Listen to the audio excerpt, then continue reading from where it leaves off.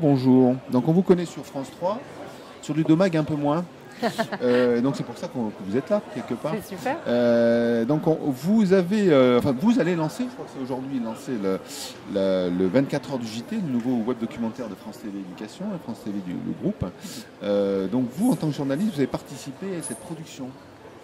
Oui, France TV Éducation et Amel nous a proposé nous a demandé si on pouvait ouvrir les portes du JT dans le contexte actuel où il y a beaucoup de méfiance vis-à-vis des médias traditionnels, dans le contexte post-attentat où on s'est posé beaucoup de questions sur la façon de faire notre métier, de dire l'actualité. On s'est dit avec mon rédacteur en chef, Jean-Jacques Bazier, c'est pas évident d'accueillir des gens H24 alors qu'on court partout, qu'on fait nos choix de sujets, d'angles et tout. On a accueilli, je sais plus, c'était 4 ou 6 caméras, je crois, et qui ont chacun suivi un métier particulier du JT.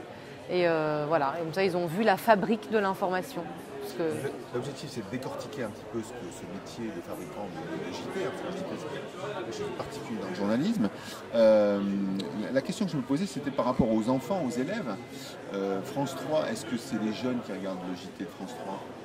Non, mais de toute façon, c'est ce que je répondais tout à l'heure à un de vos collègues, on ne fait pas un JT pour les enfants. Nous, vous verrez dans les conférences de rédaction, on ne se demande pas comment un enfant de 6 ans va percevoir le crash de l'avion aujourd'hui. On s'adresse à des adultes. Un JT télévisé sur un grand média, c'est pour des adultes, même pas forcément pour des ados.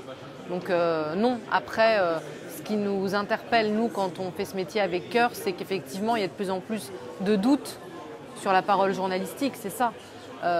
Et tant mieux que vous existiez, que de plus en plus de canaux spécifiques pour la jeunesse expliquent les médias de l'actu à des enfants, parce que nous, on est un média généraliste pour un public d'adultes. La moyenne d'âge du public du Grand Soir 3, c'est entre 60 et 65 ans, comme beaucoup de journaux télévisés. Idem pour la 2, idem pour TF1.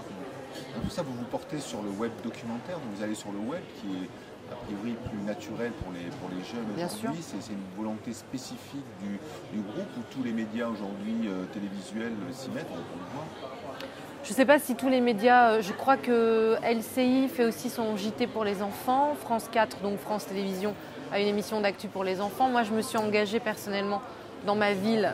Je rencontre des collégiens une fois par mois pour essayer de parler d'actu avec eux.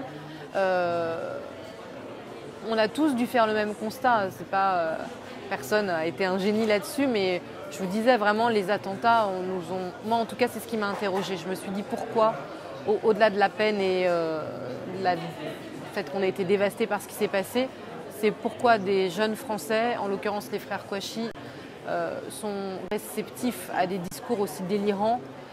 Qu'est-ce qu'on leur a dit? C'était quoi leur base de culture générale? Quelle est la perception de leur pays, des pays avoisinants, du Proche-Orient? Pourquoi on va semer la mort comme ça? Qu'est-ce qu'on avait comme terreau intellectuel et comme discours médiatique? Et si aujourd'hui on peut... Moi, c'est ce que j'essaye de faire avec les collégiens que je rencontre, je pense que comme les maths, comme le français, comme l'anglais, il faut des bases de culture générale sur l'info. Si vous savez pourquoi Israël a été créé, ça ne justifie pas aujourd'hui la situation. C'est pas justifier, c'est juste expliquer. Si vous savez aujourd'hui quel est le rapport des forces armées dans le monde, si vous savez aujourd'hui comment on élit un président américain, si vous savez aujourd'hui qu'est-ce qui s'est passé après la décolonisation, eh ben, je pense que vous êtes, peut-être naïvement, que vous êtes moins réceptif au discours soit complotiste, soit sectaire. Et que oui, on a une responsabilité, les médias aujourd'hui, dans le discours général sur l'actualité, parce que pour que des jeunes soient aussi atteints par des thèses délirantes, c'est qu'il manque quelque chose. Voilà. Dans l'éducation média, je crois que c'est aussi l'objet de la série, puisque on sait qu'avec l'image, on mélange un peu les images, on le décontextualise et on met un autre discours sur une image et hop, ça y est, l'histoire est faite. C'est ce qui est utilisé comme technique la plupart du temps. Est-ce que c'est aussi... alors, c'est le rôle peut-être de France TV, mais on sait qu'il y a tous les partenaires, Clémy, Canopé, qui font ça tout au long de l'année dans toutes les écoles de France.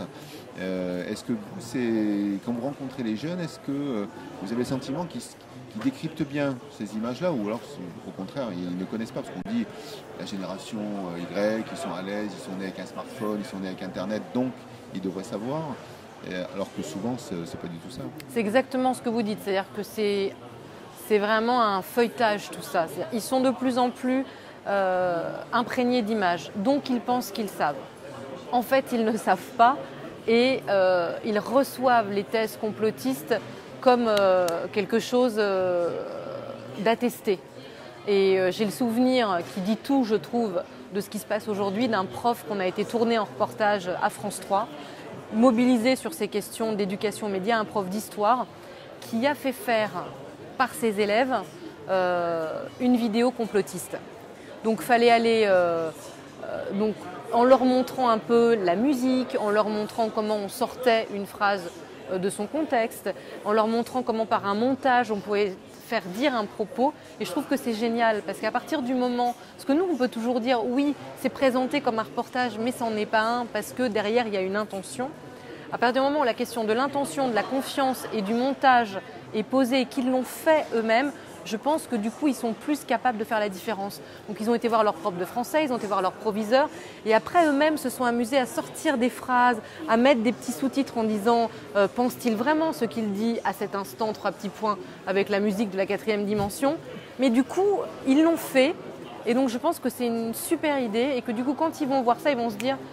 Alors après, ça ne nous dédouane pas de la méfiance qu'ils dirigent aussi vers nous. Et c'est comme ça qu'on répond en essayant d'ouvrir les portes et de leur montrer qu'on fait de notre mieux. Mais après, il faut les convaincre que notre intention est sincère. Alors après, c'est plus seulement de la technique et des nouvelles technologies et du numérique. C'est aussi de dire que c'est aussi de l'humain. C'est-à-dire que quand on fait ce métier, c'est aussi pas juste pour tromper, pas juste pour raconter n'importe quoi. Et que...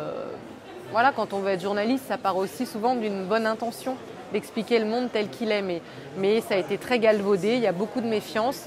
Donc il y a à la fois une démonstration technique pour montrer notre bonne volonté et aussi faire des rencontres comme on fait aujourd'hui pour montrer humainement tel qu'on est et essayer de leur dire voilà, il y a aussi des gens de bonne volonté dans ce métier, on n'est pas juste là pour arnaquer et donner une vision du monde tronquée.